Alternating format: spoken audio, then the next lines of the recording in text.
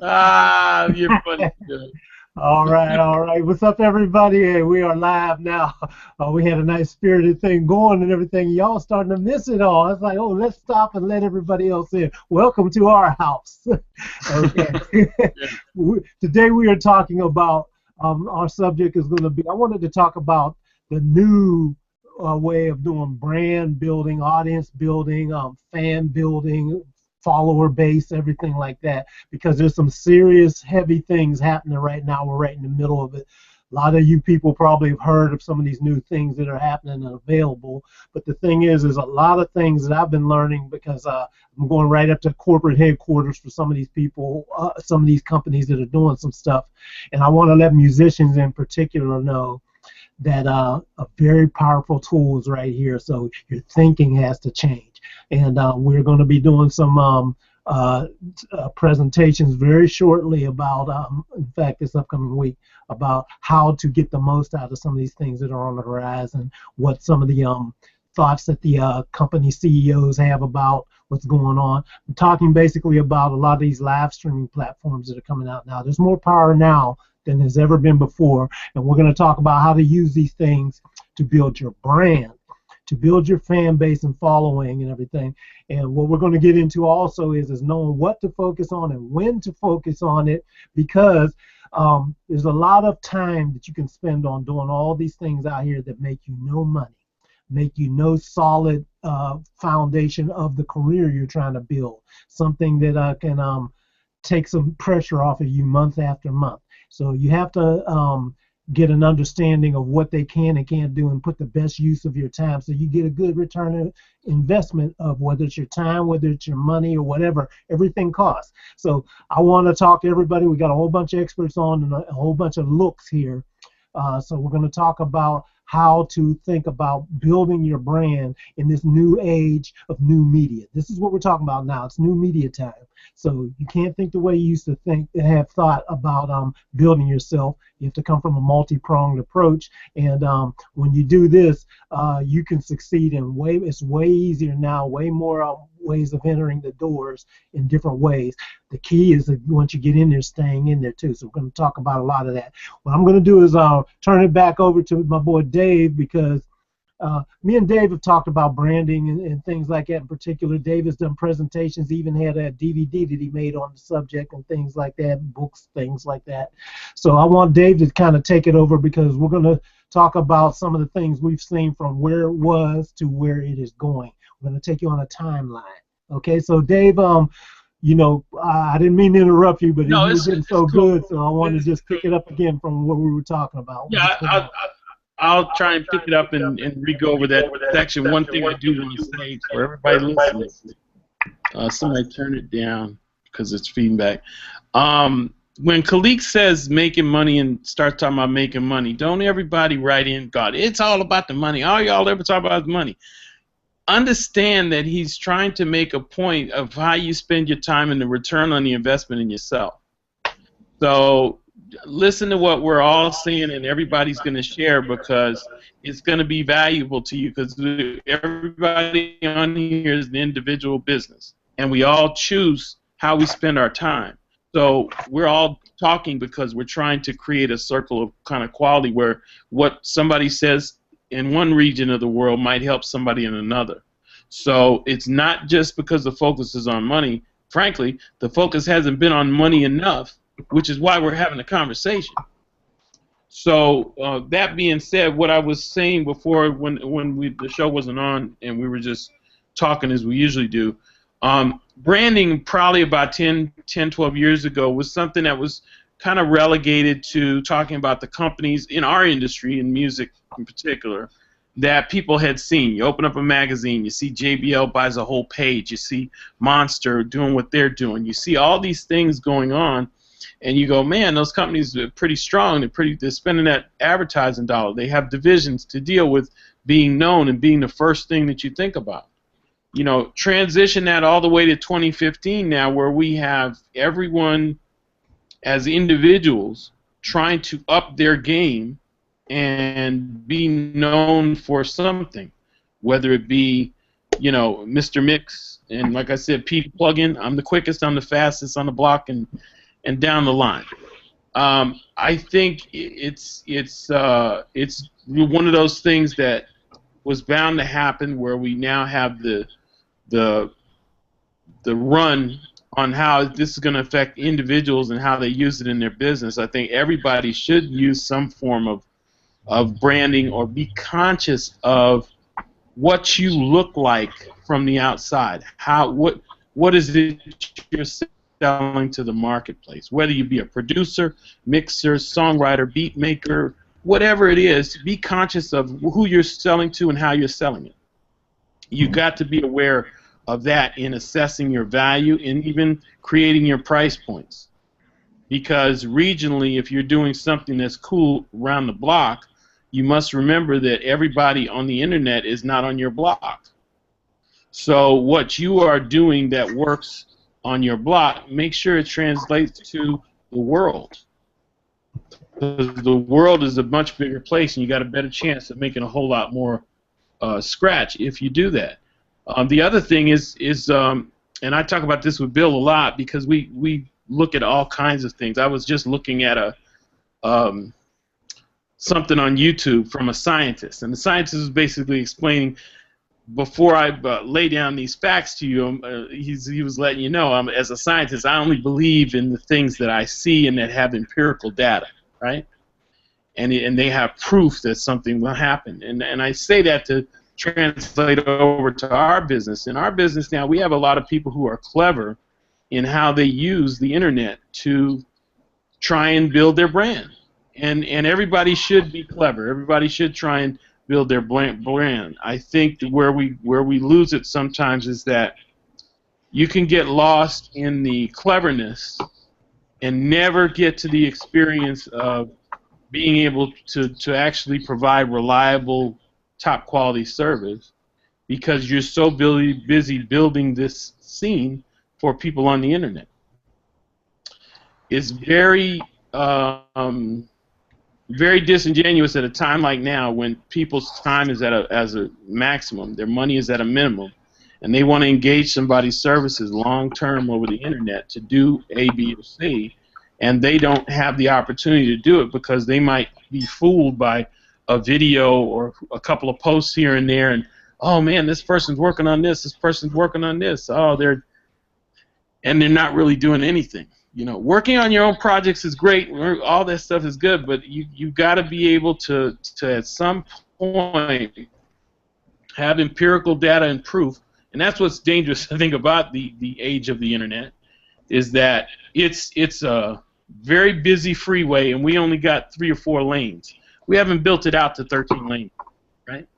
So with only that many lanes, you're bound to have some people who are reckless driving, okay? And the reckless drivers usually want to take out a lot of people on the road who are just methodically knowing they're going from point A to point B.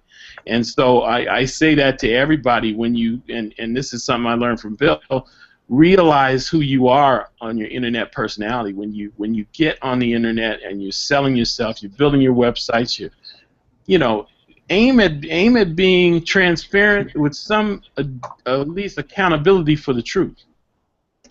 It will help you in the long run, because people now, we're really in this thing where you can pick up a phone and maybe, you know, 4 to 6 people away, you're coming across somebody who knows you. So it's not as easy to dupe people and pull one over on them. On the other side of that, you constantly have to, if you're doing a lot, you constantly have to pick and choose what you do and what you talk about. Like I was explaining before, I don't usually talk about things unless I'm done or I'm 3/4 of the way through, because I don't want anybody fishing in my lake. I don't want, the business is competitive enough, and I don't need people over there. I'm going to go where he is because there's fish over there. I don't need that, so I don't talk about things until they're complete. I would say that a lot of people who talk about projects on the internet, sometimes it's because it's stuff they create. And if you create stuff and you talk, then that's good, it's cool, but more often than not, people want to hear about things that will eventually go commercial so they can hear your work. So that's the other thing about trying to build it on the internet. I think the other way you can build it on the internet is what Khaliq does, which is by creating community and creating a dialogue.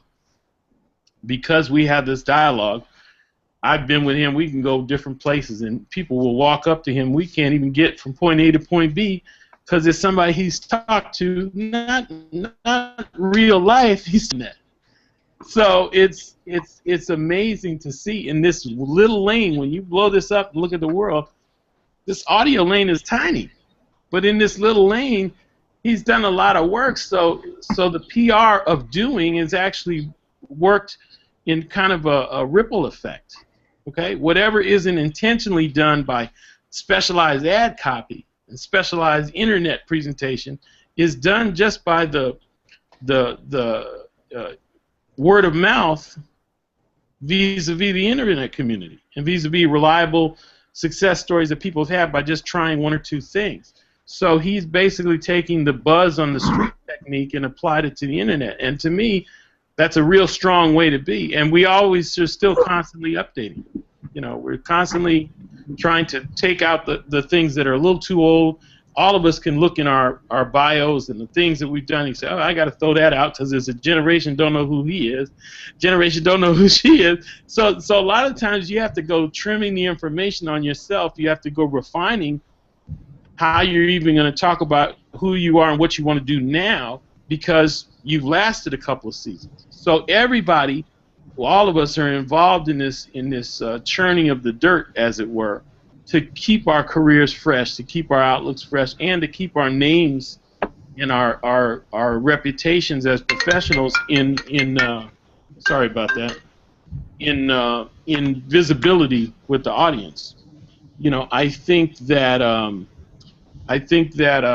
there are some sites myself. I actively post stuff, and most of you know I post a lot of stuff dealing with publishing, dealing with things that are business oriented. But I do it specifically because I'm in a place in my career where I feel safe enough to say things and post things and not fear not working from somebody.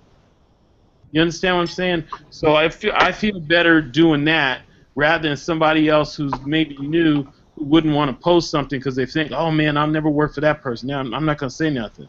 You know, I think everybody needs to see sometimes some of the things that I post so you can pay attention and not get distracted from the things that are set out there to kind of take your mind and get you off focus. So for me, I use information and the free sharing of it either on Facebook and the other ways that I do as a means to kind of refine and curve my brand to the next thing that I want to do.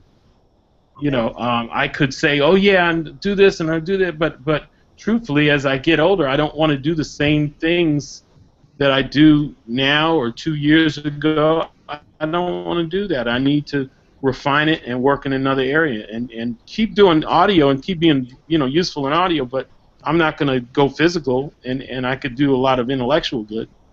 You know, there's a lot of young folks out there that can go physical. You know, and I enjoy doing gigs. I enjoy going on the road, but it's not necessarily something I want to do. And so I try and actively think of more books I can write, more lectures I can do, more hands-on, one-on-one or with groups, experiential things that I can do to make contact with the next group of people who are doing audio. Because audio is going to change. This thing we're in right now is just a short little turning period. It's not parking anytime soon.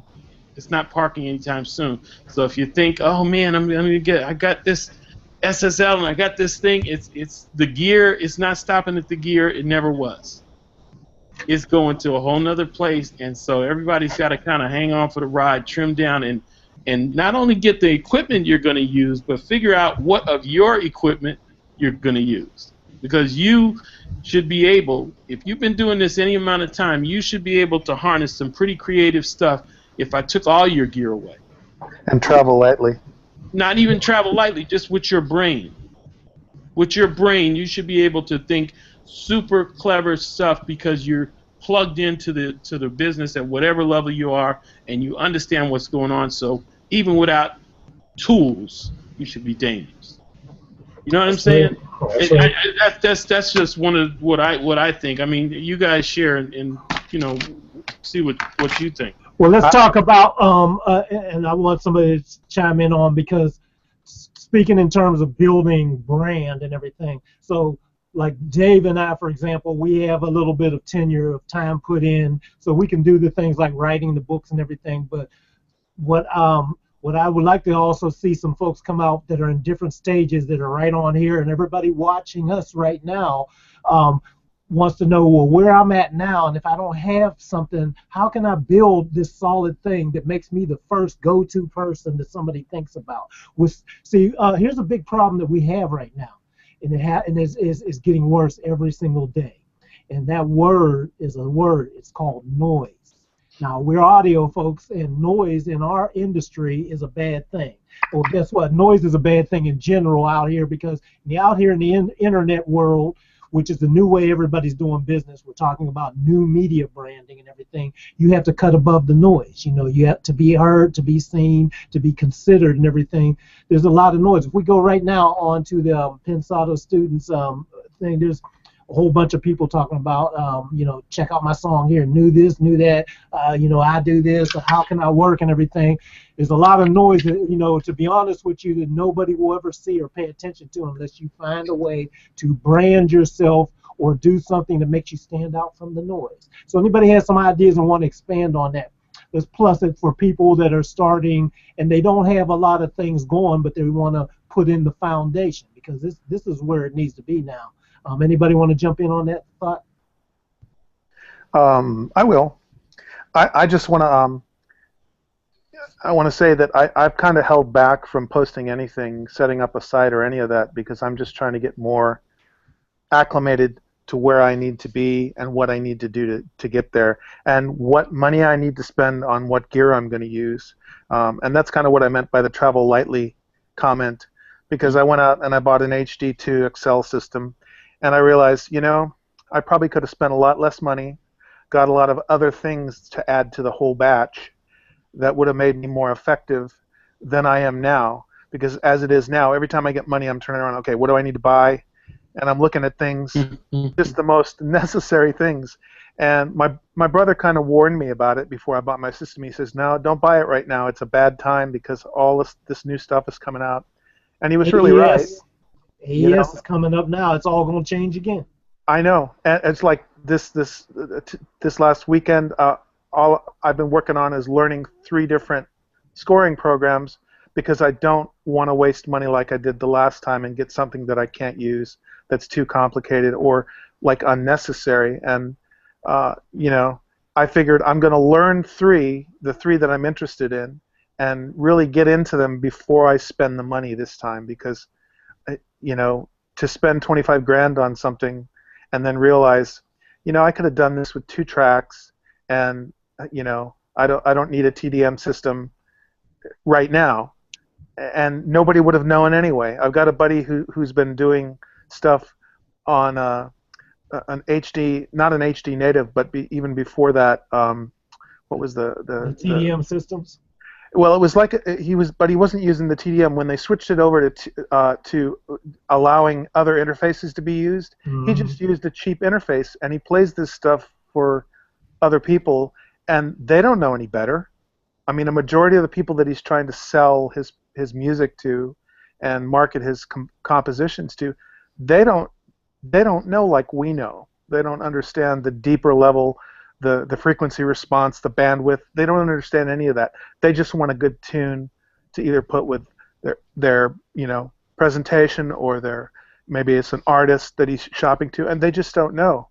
They rely on us to know. So in hindsight, I probably would have spent less money and spent more time learning this stuff. I've stayed away from all the mix contests and all that, because there's just rudimentary stuff that I want to go over and over until I've got it down and I feel confident that I could get in a room and present it.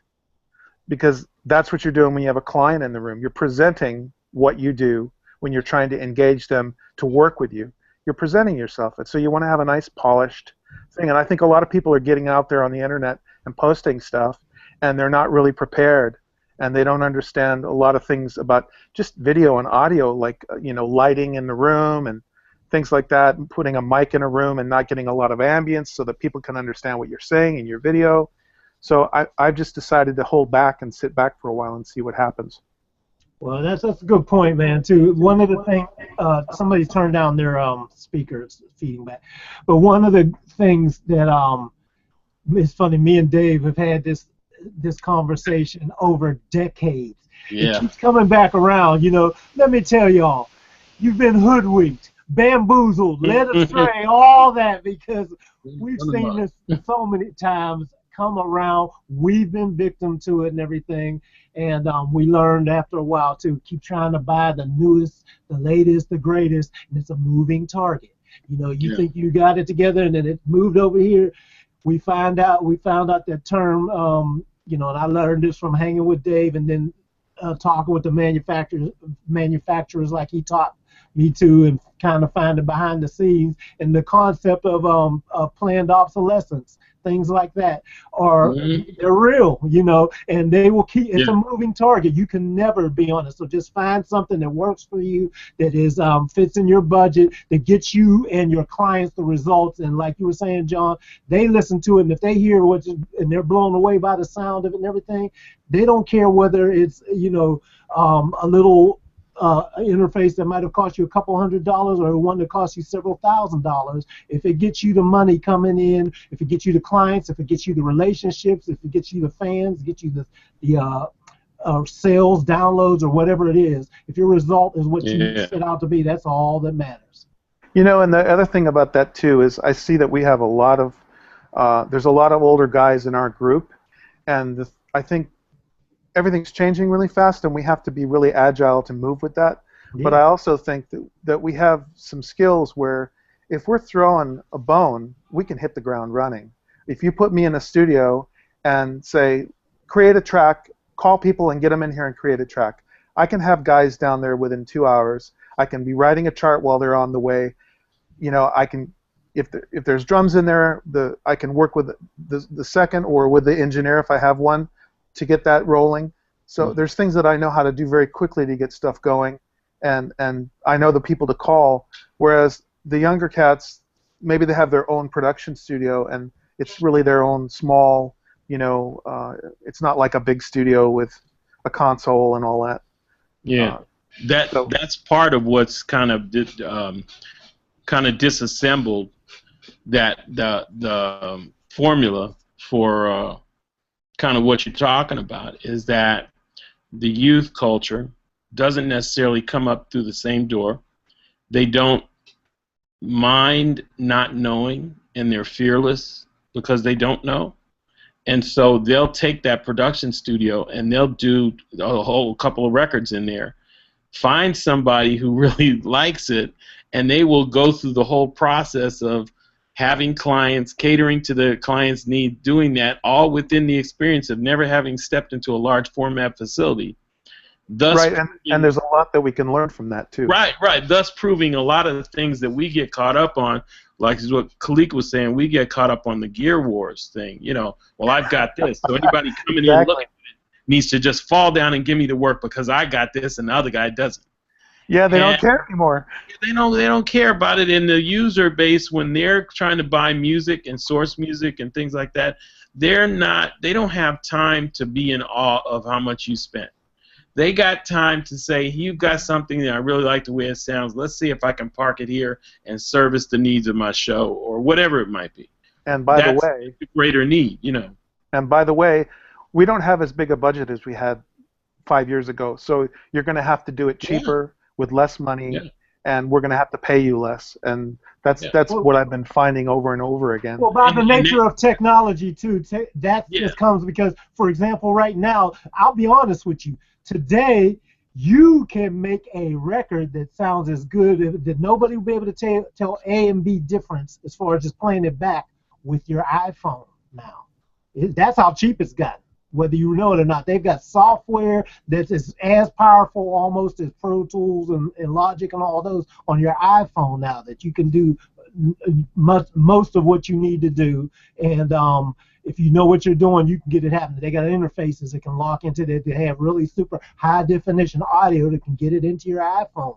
You know, so don't get caught up in the gear. Get caught up in the result. The result is what's going to get it. And we're talking about the result is what gets you build your brand, because people are going to come to you because they say that's the cat that gets it done. You know, that's your branding that's more important than anything. This new media thing, I don't care whether you're young, old, know all these things. If you don't have the concept of delivering the result that they're looking for, they're going to look to the next guy that does have that. You know? Yeah, absolutely. And that one characteristic about the business is across the board. The business model that's in motion today does not have the money to reinvest into the creative food chain of making music, let alone any of the other things that get made and sold as content. So years ago we had special ways you could get budgets and development things and this and that. It doesn't happen like that anymore. And because of the nature of so many people being able to create so much with so little, it's highly competitive. And when it's highly competitive, we have to push ourselves away from our million-dollar gear, and we've got to get on the other side of the street and figure out where the money is that affords us who we are. So that's good, Dave. So the question, so we get it, because like I said, we want everybody, when you're watching and thinking about how can I brand myself to stand above the crowd, like I said, that's what this is about, building a brand and getting above the noise. So that question is, where is that money at? And how can you stand above the crowd so that somebody says that's the guy to call? You know, right. there was a time. What still is? It still happens to me. But when I was younger, I was really the guy that if anybody had any kind of technical problem, I was the guy. You know, Khaliq, he probably knows. You know, I was always getting the calls, and I was the answer man because I was the guy that was in it. You know, that's why I used to, when I first met Bill and everything, and we get on some of these things, and with new media and everything, Bill is the answer man because he has time to stay up on all this new stuff and everything. So he was helping us get through all these things because he had the time to be in there. Bill's first call, part of the mind, you call him right away. It's like, oh, I need to know about this new software coming out. Oh, Bill probably knows about that. Give him a call or send him an email or text or whatever, you know. So you got to think about that. That's the question we need to ask, Dave. So let's get a couple other people and bat that whole question around. Where is that money, and how can you get there so that you rise above the noise and get it? Anybody got any ideas on that? I got some ideas. Yes, sir. Well, I didn't used to think it was as important as I do now, but a website, there's like tons of tutorials on how to make a WordPress site. And there's one in particular that Tyler Moore did, and it's how to create a WordPress website 2015. He did 2 videos, so it's a later video. And I went through that thing, and it's really sophisticated. And I think this is all part of the presentation thing. When somebody asks you for your EPK, they're going to want, the first thing they're going to do is go find you on a website. And if they can't do that, then how can they find anything out about you? Because they're not going to look in the yellow pages. That's a red flag, too. Exactly. And so, you know, along with learning the scoring programs, that's another thing that I'm trying to work into. I've got a bunch of domain names reserved. I've actually got some businesses that I'm planning on starting that are related to music, and nobody's really done this exact thing yet. It's kind of a unique thing, something borrowed, something blue, something new, that expression. But I think in order to really do well, you got to be a master, you know, a jack of all trades. And I saw this happen with the company that I was with about 10 years ago. They started laying off the higher-paying executives, several who had 2 assistants, and the people that were coming in were doing all their own grunt work, you know, making their own calls.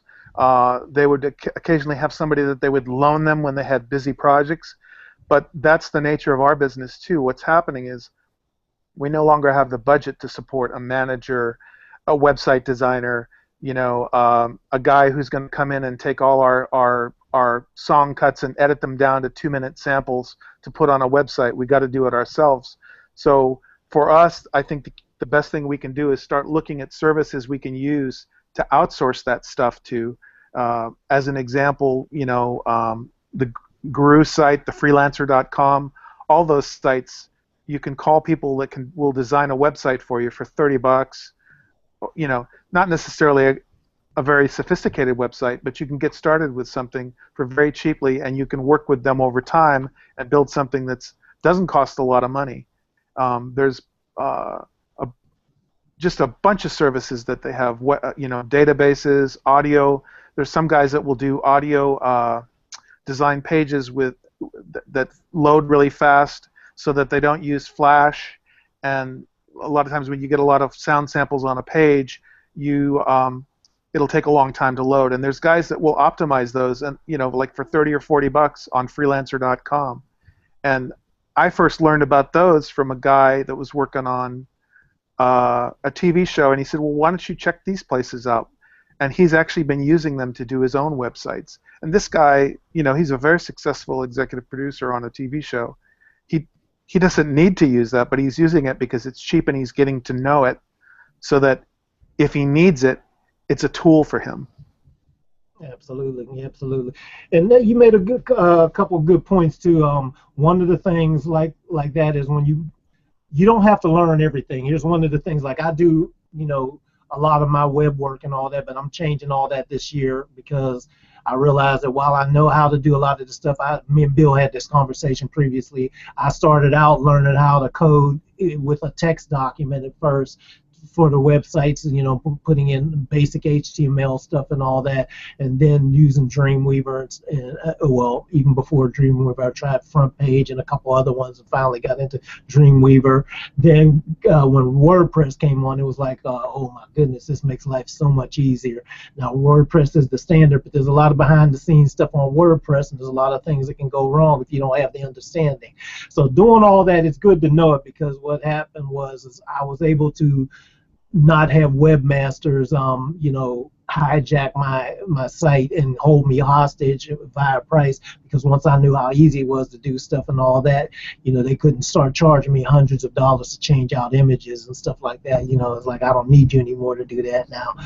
So the same thing's happening to them that's happening to us. Yeah. All these high dollar guys that were making a lot of money, because the whole economy is flattened, and we now have access to guys over in Poland, Canada, Europe, Africa, wherever. We have access to those guys, and those guys are hungry, and their economy is much more stressed than our economy. Well, our economy is getting stressed now because we don't have the work like we used to. But the thing is that guys who did a lot of designing and made a lot of money need to start rethinking their whole business strategy, because it's becoming more about bringing down their prices and doing more work, or working on projects where they can be really efficient and make it worth their time to do that. So that's kind of along what you're saying, Khaliq. Well, here's the one thing that I do to plus that to more. What I try to do when I do these hangouts and teach my students and things like that is I want us to think differently than everybody used to, and still does. They have the conversation of how do you become the first person that comes to mind, because you become the low price leader. You can do the most and throw the most things in for the lowest price to cheapest price, and so somebody will hire you. But I think that's a mistake. I used to feel that way, and I used to buy into it. People used to say, your rates are too high, or this, that, and the other. But what I found is I can find it takes just as much work, first of all, to do a cheap thing for a cheap price and throw a million things in as it takes to do it for somebody that's higher price, but taking more time to find somebody that's willing to pay it. You've got to be ready. You got to have everything rock solid in your process to give them the value. But it's a lot easier to find, 5, 10 people that'll pay you the few thousands that you want, as opposed to finding 100 people that'll pay you a couple $100. So I want people to change their thought process on things like that, because people were always going to try to lowball you. They're always going to say, well, there's I got a guy over here that'll do it for such and such, while I used to try to compete for that on the price. Well, I tell you what, I'll do that. I don't do that anymore. And I learned this from some of the business people that I've had a chance to talk with and everything, and I used to always get, well, in my business, that doesn't really work, they don't work like that, and they'd all laugh at me and say, everybody says that, and I didn't believe it for a while until I started changing my thought process and trying what they said, and found out that, oh wow, when you actually hold the line on your prices, provide higher value, higher quality and everything, you become the top of mind person in people's thought process of who to call.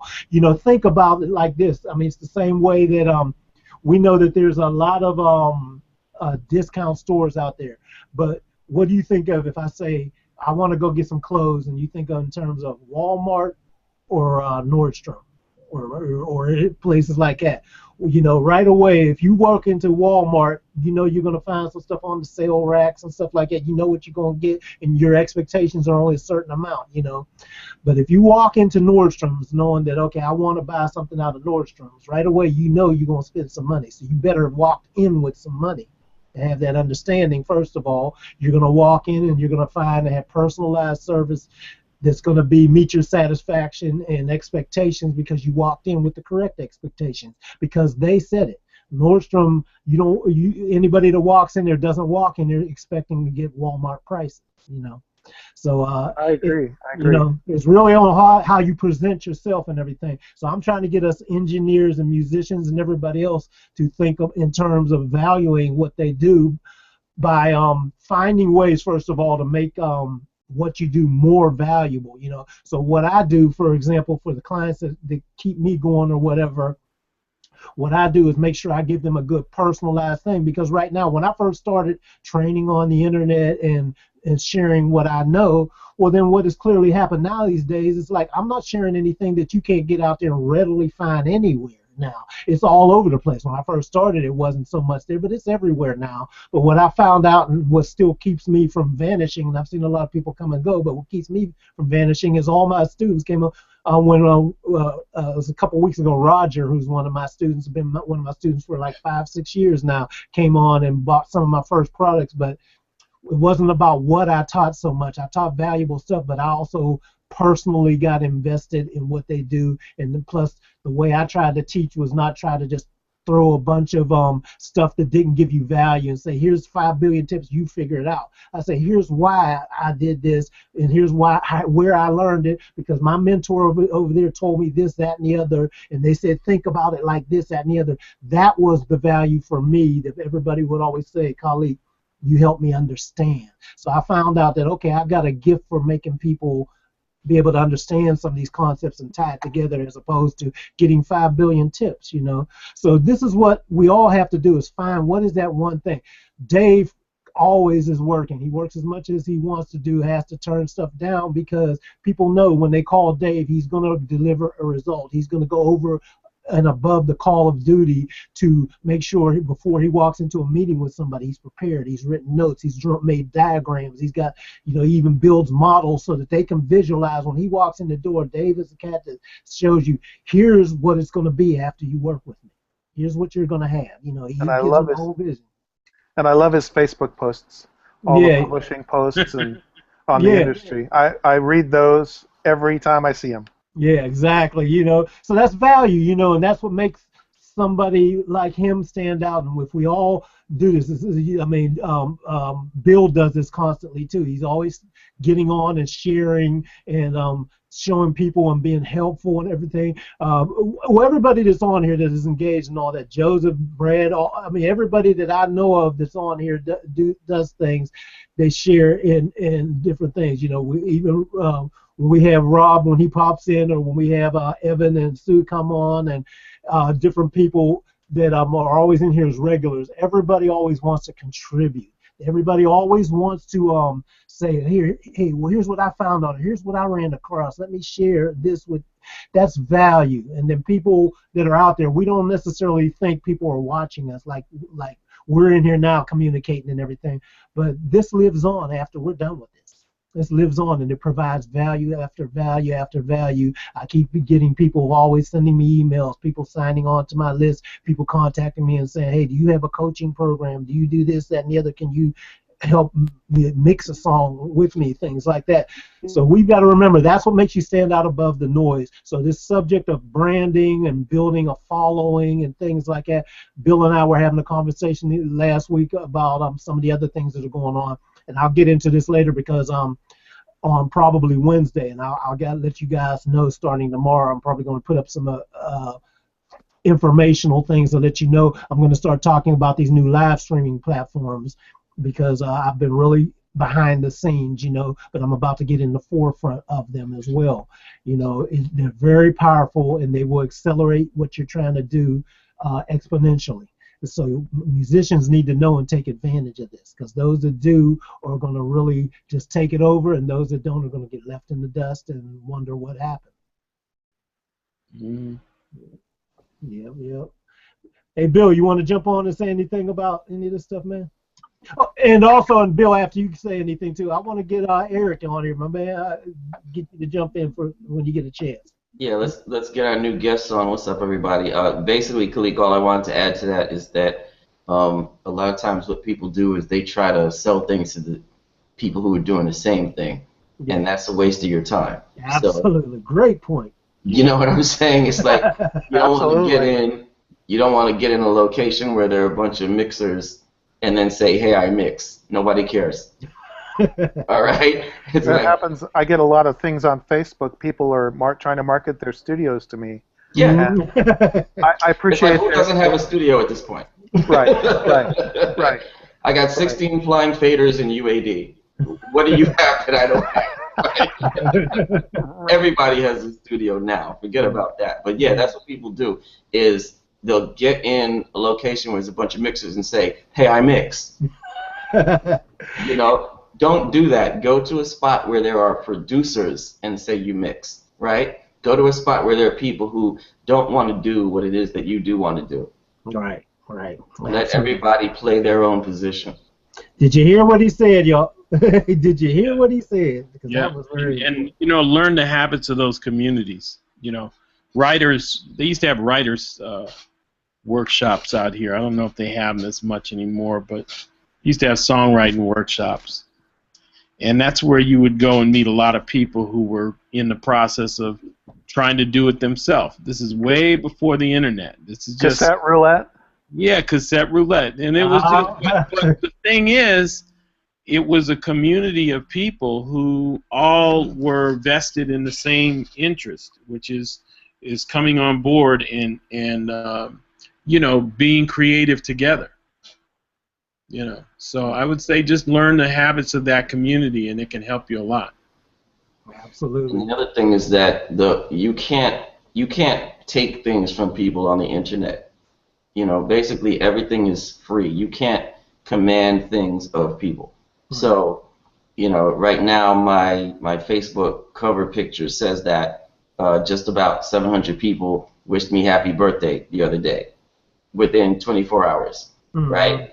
That's not because I went on the internet and said, "Hey, everybody, make sure you wish me happy birthday." You can't do that. It doesn't work. Right. In fact, it backfires. The more you say, "Hey, everybody, do this," the less they want to do it. Mm-hmm. You have to make yourself useful. You have to demonstrate that you're an authority in your field. And then people will say, "Okay, that guy knows what he's doing, or he's actually doing what he says he's doing." That's how it works. You can't just go online and tell people, "Hey, this is what I do," and then there's no evidence of it. And then, well, there are going to be some people that drink the Kool-Aid. There are going to be some people that believe what you said, but none of those people are worth anything. Yeah. At all. The people who are worth something are only going to come to you because they know that they have actual business that they want to do, and they need somebody who can actually do it, and you have demonstrated that you have done it. Yep. What's that word again? What's that D word? Demonstrate. Demonstrate. You have demonstrated it. It's big, very important, y'all. I think we all agree on that. For me, I bucked the whole system of getting a website and even any, at one point I knew Google was a search engine, but that's about it. I mean, I just really didn't use it. I mean, the most I spent on a computer, other than a DAW, was managing email to and from people in my community, which is places I drive to or can ride my bike to, things like that. And I put all my effort into my community and got busy and didn't have time for the internet, and was okay with that for a long time. But the way events happen, and if it wasn't for losing a studio due to sewage floods, I would probably not be in this call right now and maybe not know you guys. Because that took me to a place that said, geez, you know what, renting space is a bitch, and maybe I need to start looking at other avenues. I got to do. I want to do something different. I went the one way. Now I'm going to try. I want to start testing. I want to see if it's true. If you really can get online and not everybody's lying to you and trying to sell you something. And I've was fortunate enough to find you guys, and I've really enjoyed myself. It's been nice, and consequently, the WordPress thing is, I'm up to my neck on WordPress hell right now, and what it's basically taught me is I'm never going to be a WordPress person. I'm never going to design a website, but at least I know how not to get ripped off from the people who are doing my website right now. And it was worth it. Part of that jack of all trades doesn't necessarily mean you really need to do the trade, but knowing enough about it to know when someone else is doing that trade appropriately for you when you hire it out has become pretty important to me. I don't know how to do business online. I have a couple theories, and that's about it. I have absolutely no evidence to show that I could do anything online and create money. I know how to do that in my neighborhood. Well, this is a perfect time for you and everybody else to do this. One of the things that I'm going to be doing also with this new stuff that I'm going to be talking to you guys about is show you how you can do things in your neighborhood, but be more mobile to do it. And plus, especially for people like baby boomers and beyond, because people that are older need a new way to approach some of this stuff, and you need a fast way to make people get the point, and it's easy. So you designing your own websites and learning WordPress is not the answer, because it's not what you do. So strengthen your strengths, not something like that. There's outsources out there, like was mentioned previously. You can get people online. There's plenty of like Elance, freelancer.com, vworker.com, plenty of sites out there, and Fiverr.com. You can get plenty of people to do stuff like that. You can get people on Fiverr for $5 to put you up or a basic website and everything through WordPress. There's no reason for you to be messing with things that aren't going to move what you're trying to do forward. But I'm going to be doing some training for that for people that are older and want to understand the easier ways to do stuff like that. So just stay tuned to me on that. But one of the other things I want to do is I want to talk to Eric, and I want to talk to Neil and try to get them to chime in on something. Let's jump to them. I just wanted to respond to Joe real quick. One of the things about being online, Joe, is that it's passive, it's not active, meaning you don't have to be standing out on the street handing out flyers. Yeah, right? It's like you can be asleep and somebody might happen to stumble onto your website. So the thing I'll say about being online is that I used to have, I still have them, but I used to have demo reels, which meant that I used to have to actually physically take my demo reel to somebody and sit down and have them actually play it while I was there and then leave with my demo reel. So at some point I put my reel online. So one time I was at an event which was downtown in a hotel. I was nowhere near my demo reel, and I got a call on my cell phone from a potential client, and they were like, do you have a reel, right? So what do I want to do? Do I really want to leave where I am, go all the way home, get the reel, go to their place on Monday and play the reel for them? No, I don't. I want to send them to a link and say, yes, I do. There it is. Go watch it over there, right? So while I was at the hotel where I was, nowhere near my demo reel, since I had put my things passively online, I was able to get the client evidence of the people that I've worked for and the quality of work that I do. And I ended up going directly from that hotel to where they were and getting that job. Excellent. You know, so that's one of the benefits of it, is just putting things out there so that when somebody contacts you, even if you're, you know, at a bar or a event or a concert or whatever, and somebody says, hey, what do? You can say to them, go to this website, and they can go home and check it out, and you don't have to go through all kinds of things to make that happen. No, I totally believe you, and that's what is really, that story basically is what's taken me to the dark side. You know, I will now be an online man forever. I can't see it really any other way at this point in our world, how it works, you know. And you're 100% right. You know, the tip, and I'll quit talking, that I'd like to give folks would be this. I suppose I could try Fiverr, but because I'm more of a local community person, I went to the high school where I do a lot of service work, you know, to help kids. And I just started talking to one of these kids about it, and he knew so much shit, I was blown away. And he put a website together so fast. I mean, I'm talking a 24-hour turnover, and he's like, you know, really apologetic to me. Oh, this is just, you know, a concept. You know, it's not real. And I mean, it's just something. Think about it. You know, and you know, maybe $50 or something. And I'm thinking, dude, you just blew everything I did in the last 30 days away.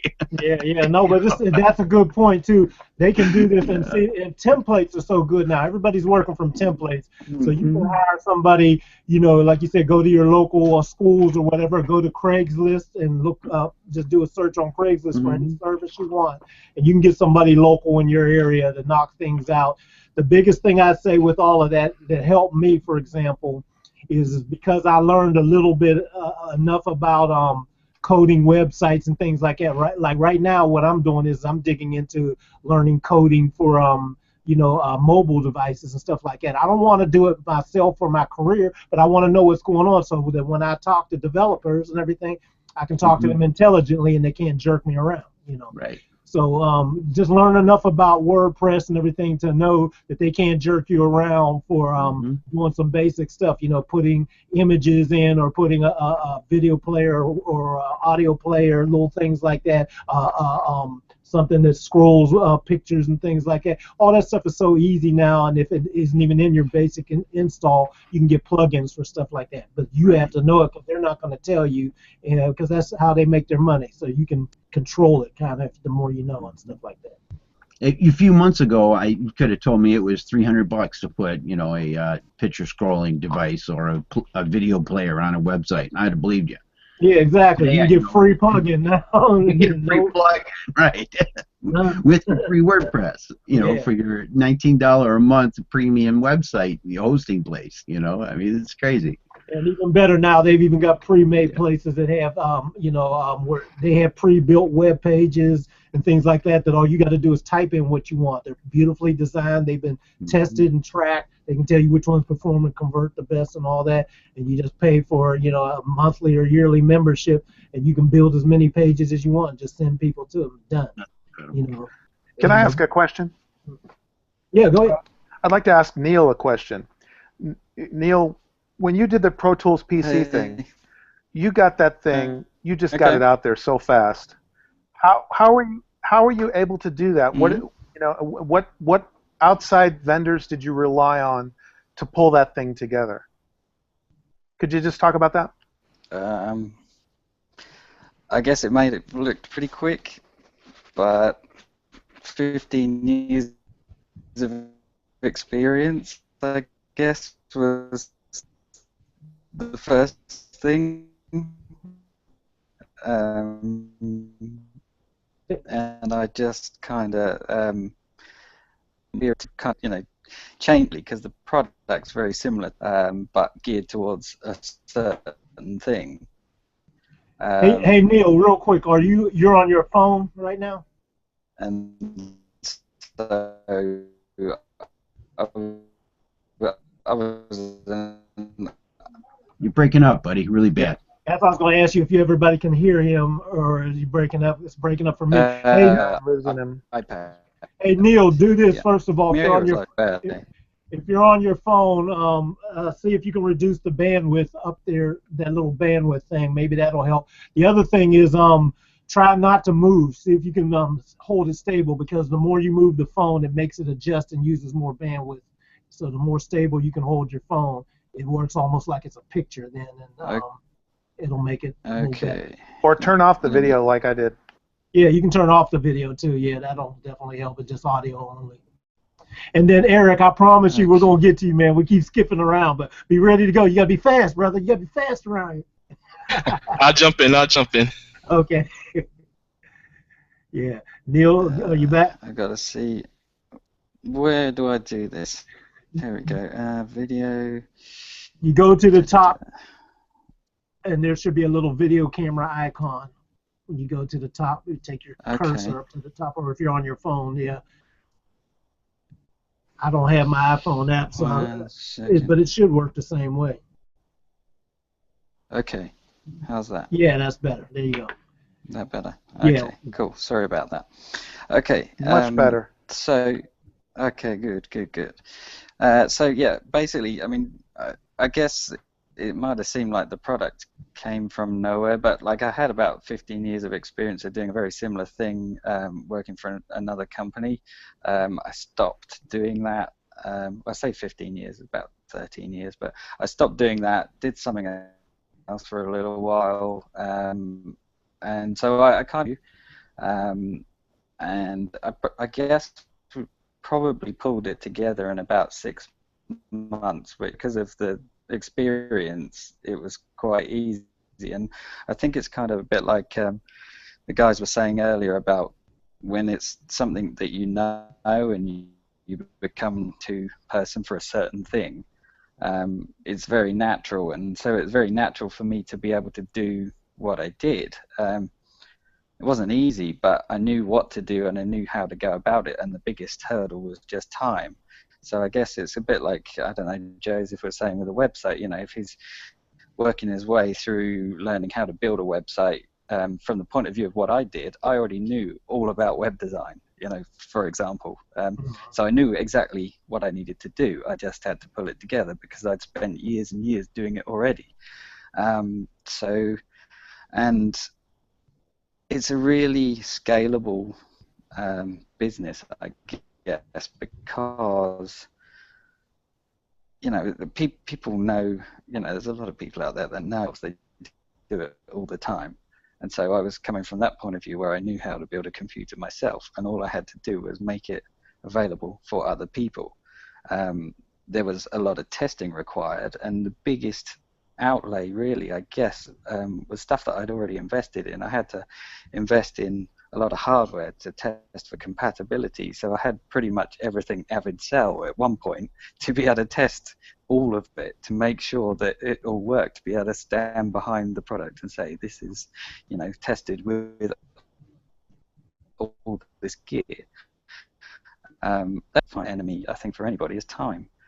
And you know, I kind of recruited or went along with a friend who was already building machines as well. The guy that one of the guys I used to work with years ago, and we just teamed up. He was already running a business and doing a similar thing, and so we kind of teamed up. He had the infrastructure in place to be able to order stuff, package it up, send it out to people. He had all that in place already. So I guess I did outsourcing in a crazy kind of way, but it was natural. It wasn't like I had to sit down and go, how do I need one of these guys, I need one of those guys. It was kind of natural. And I suppose when it's something that you know because you've been doing it for years, it seems kind of easy. So I don't know, I'm probably trivializing it a lot, but no, that makes good sense. What you're saying is that you took something that you had executed many times before, and it was a natural fit for you. So likewise, the rest of us, that's kind of what we need to do, is find our unique strengths and, you know, start executing those in a repeatable way that generates interest Yeah. from other people. And with Yeah. Neil, what he did is he's built up a brand over the years too. He has his own recognizable name, which in having all those skills helps him solidify what his name and his brand and his view is out there in the world to others. You know. I have to interject here too. I have to say that Hey, Neil. Sue, do me a favor. Could you hold on for a hot second? Hold that thought. Remember, because I really want to get Eric in. We keep jumping Okay. past. Oh, sorry, Eric. Go ahead. Oh, no, that's okay. Yeah, I just want to say hello to everybody. I've been, Khaliq, I've been watching these things for, I don't know, about a little over a year now. So it's funny being in here now, seeing everybody in here and being able to talk to everybody. It's kind of like I know a couple people in here from interactions and the different things I've been, seeing. And yeah, when you talk about doing things like with the WordPress and stuff like that, and like yourself, I was trying to sat there and learned how to build websites and do different things. I even did one for our, my wife's wedding website. And it's funny, it's like I did it. It took a while, and I gained a lot of knowledge. And so now, when down the line, when I go and have somebody do, a website for, my particular business, and I can tell them exactly what I'm looking for, and kind of like know if they're trying to string you along. So it's good to know things like that, and it's also good to know people in the industry like that as well. I mean, from just the circle of people I know people who do web design. I know people who own, hosting providers and things like that. So it's kind of good to network in with those different people to, kind of get different things going and to pull off some of the knowledge, kind of when we do with the Hangouts, because if you sit around them long enough, you'll pick up on certain things. And one of the things, I think it was one of the Hangouts that Bill had, or it might have been one of the ones you had, where he was talking about singer-songwriters and everything like that, and people knowing the different lingo and stuff like that. It's kind of the same thing in with regards to knowing these other external things, because once you kind of start knowing some of the vernaculars and start, at least having the idea of some of the stuff that's going on, it puts you in more better position to kind of get things done and just kind of execute on different things, rather than sit and have to maybe learn this or learn that, or is this person trying to stream it along and this person trying to do this or do that. You kind of have more of an idea, and it kind of streamlines things in the long run.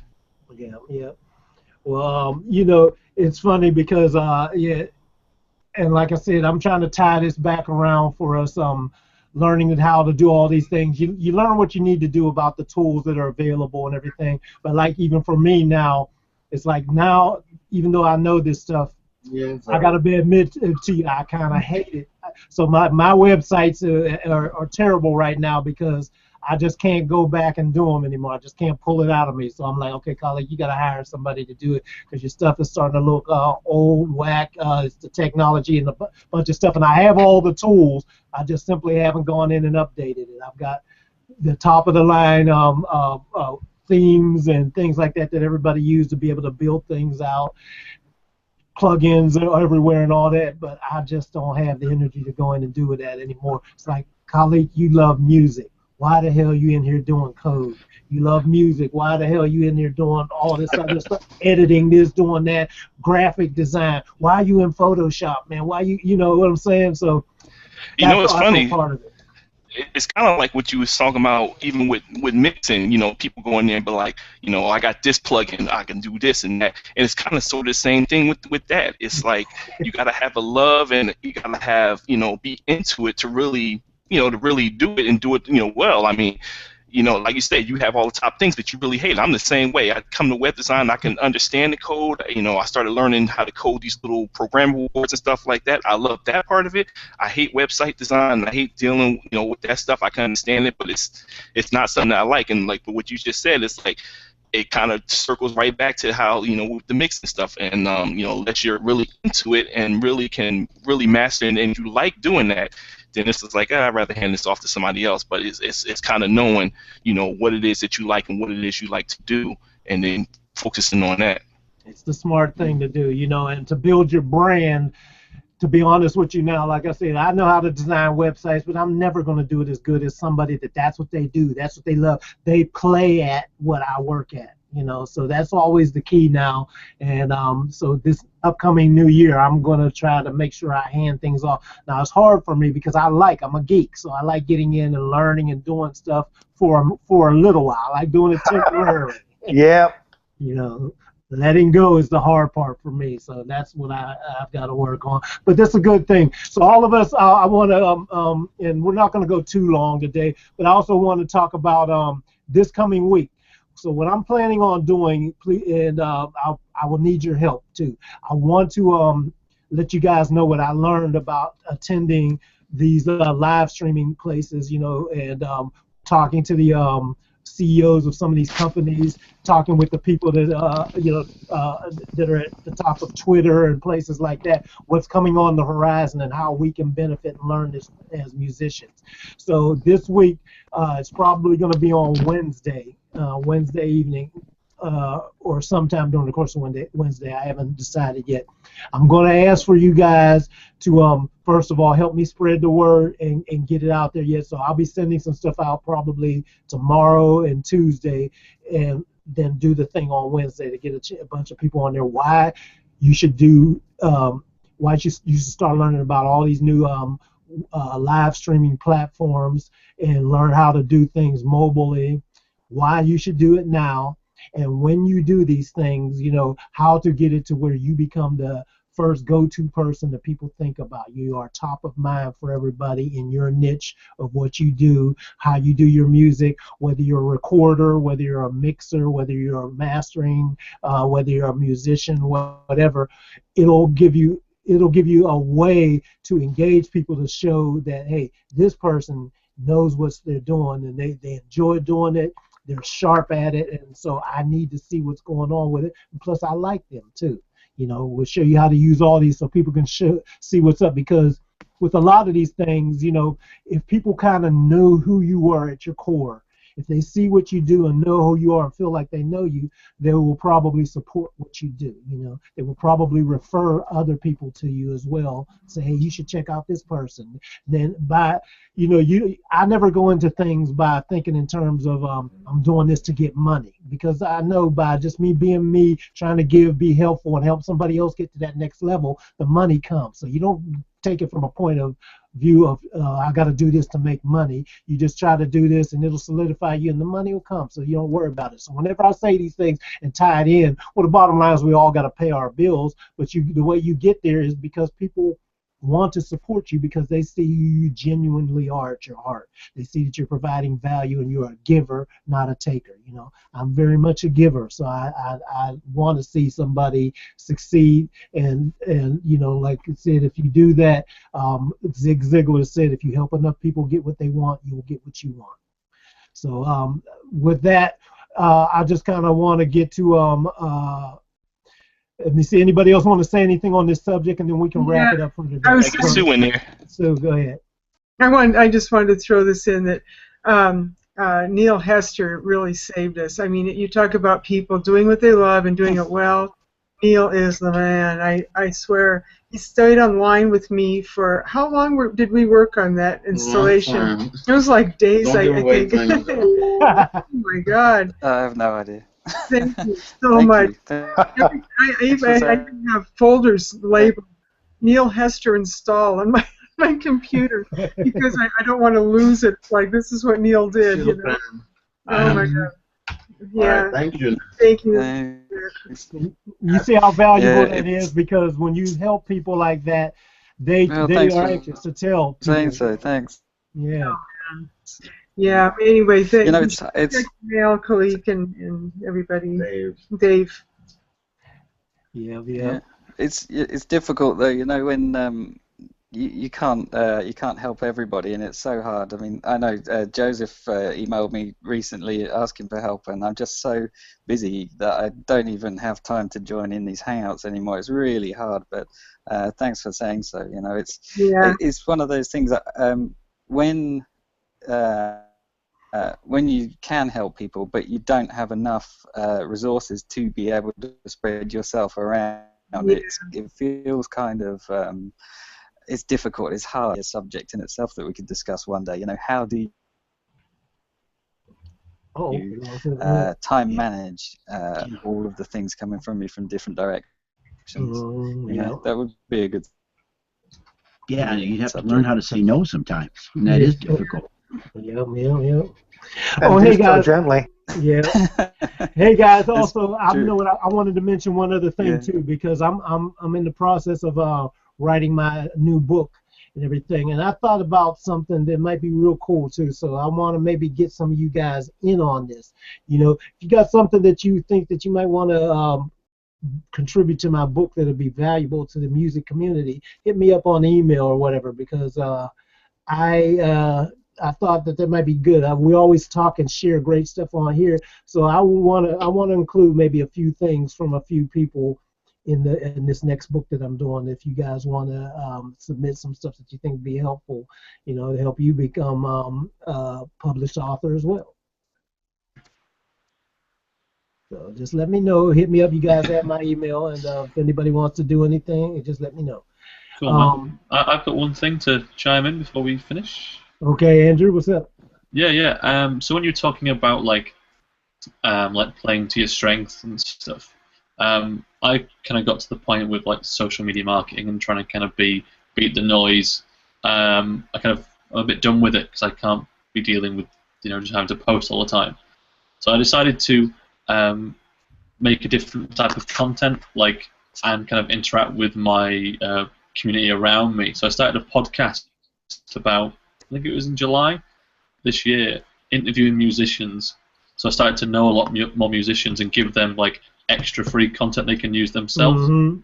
And now I'm kind of using that as a channel to try and meet more people and people get to know me as well. And I just have mixes playing on like when they come over to the house to talk to me and they hear my work. Like it's kind of, I'm just starting to get some work back from it now. So it's like an interesting idea of providing other content in like a different space for people that you want to work with if it's like something you're interested in as well. Mm-hmm, yeah, that's a great thing. And podcasting, man, is huge still. You know, a lot of people thought podcasting had went away or some kind of reason was not going to be valid, but podcasting is actually stronger than ever. Did anybody notice that the iPhone has a podcast app in it that comes natively? You don't have to install it. It's right there. So that tells you Apple knows what's up. So you better pay attention. I think that's a great part of this branding thing that we've been talking about and building an audience and following and everything. Podcasting is a great medium to deal with. You know, it's so funny too. I have a love-hate relationship with social media because while a lot of people are on there, I must admit one thing. You know, I don't look to doing social media for business. I look for relationships, and then out of relationships, you know, Exactly. I get business and things like that. So social media, many times people approach it and think that if I get on here and post a lot of stuff and show everybody all this, I'm gonna make a ton of money, and that's not what it's for. And I don't know a whole lot of people that make money directly from that. It's usually an extension of you just happen to meet somebody that you wouldn't have normally met in the ordinary world, you know. So people don't need to know that distinction. You know. Oh yeah, I agree. Instead of talking at people, I think a lot of people need to learn to listen more, and instead of just posting, like the thing that I hate is I see a lot of gig posts, and I get a lot of invitations from people I don't even know, and it's like, I think, why would they think if I don't know them that I'd want to come see them?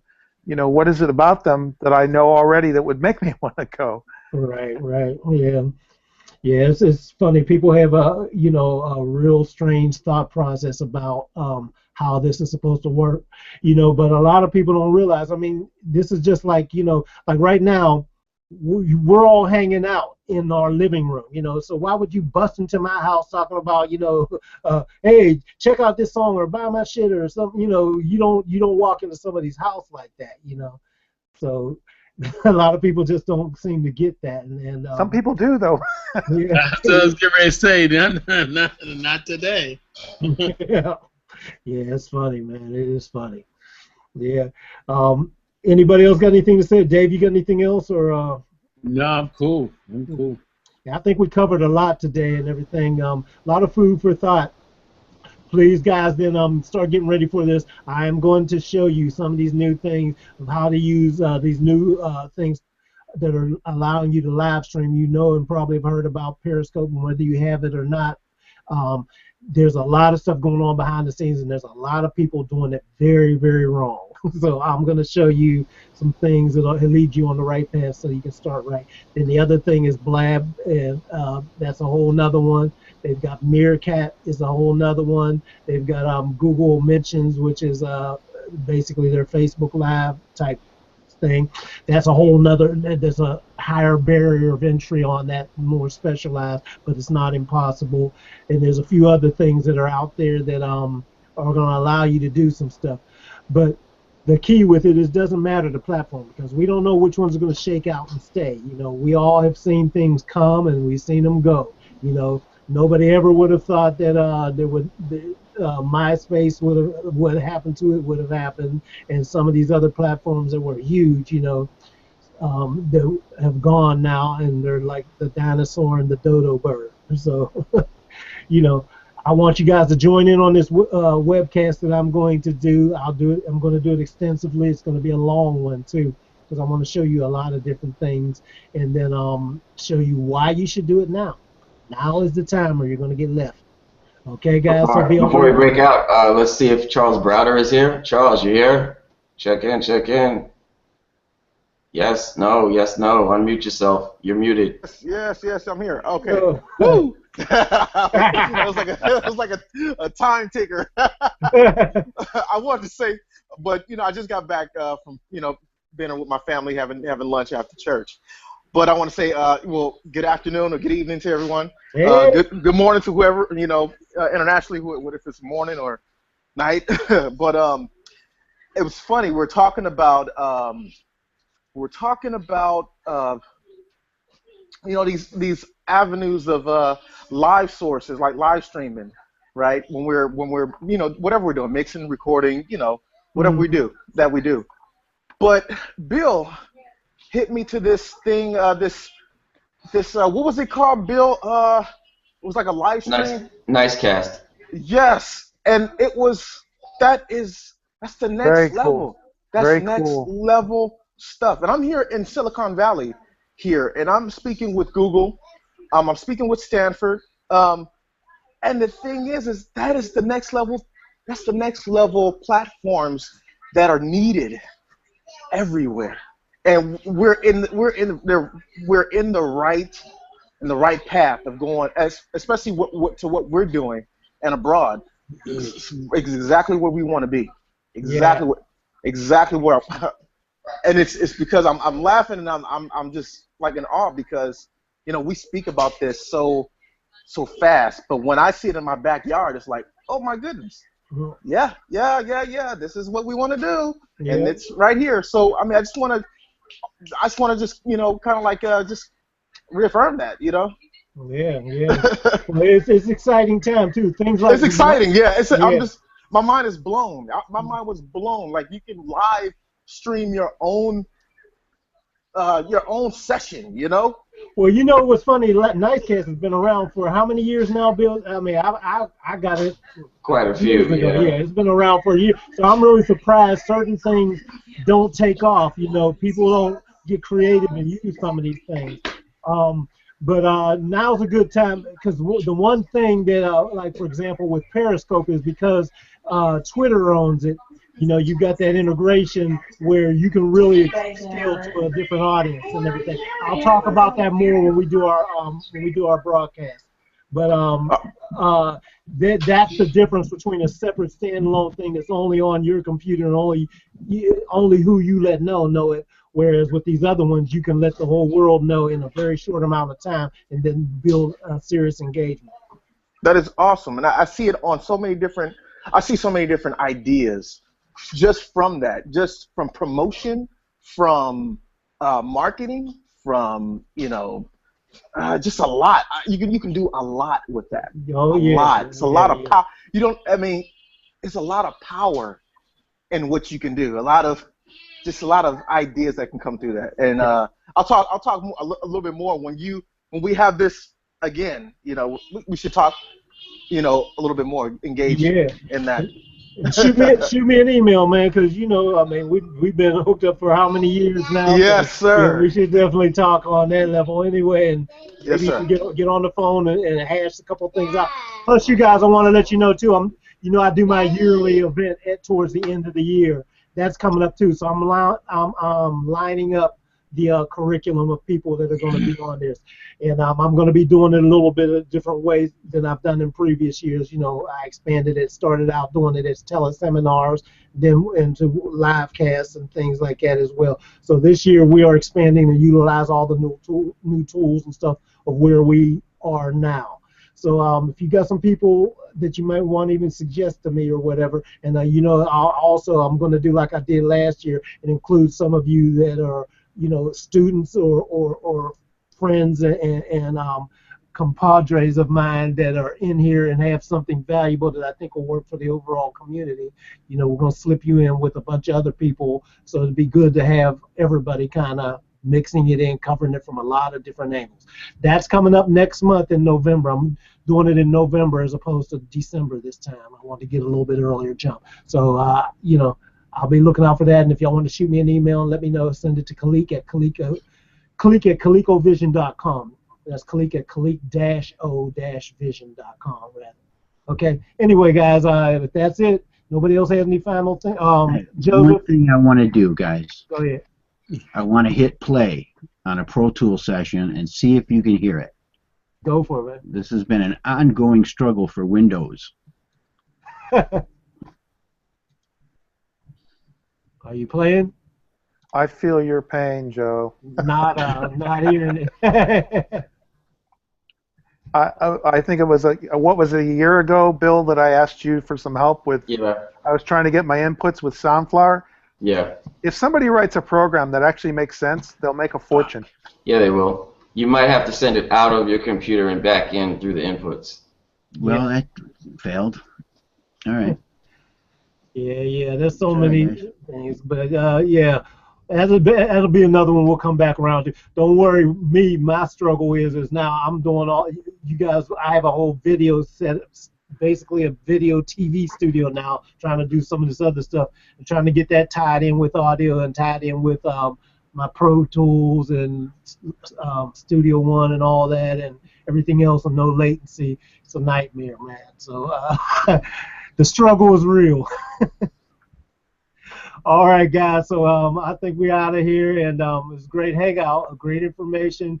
Join us again on our next hangout. We try to do these weekly, or if we get busy or whatever, we get caught up as soon as we can. Join us and get more information, and I'll catch you on the next one. All right. Thank you. Later. Cheers, everybody. Peace. Thanks a lot. Cheers, boys.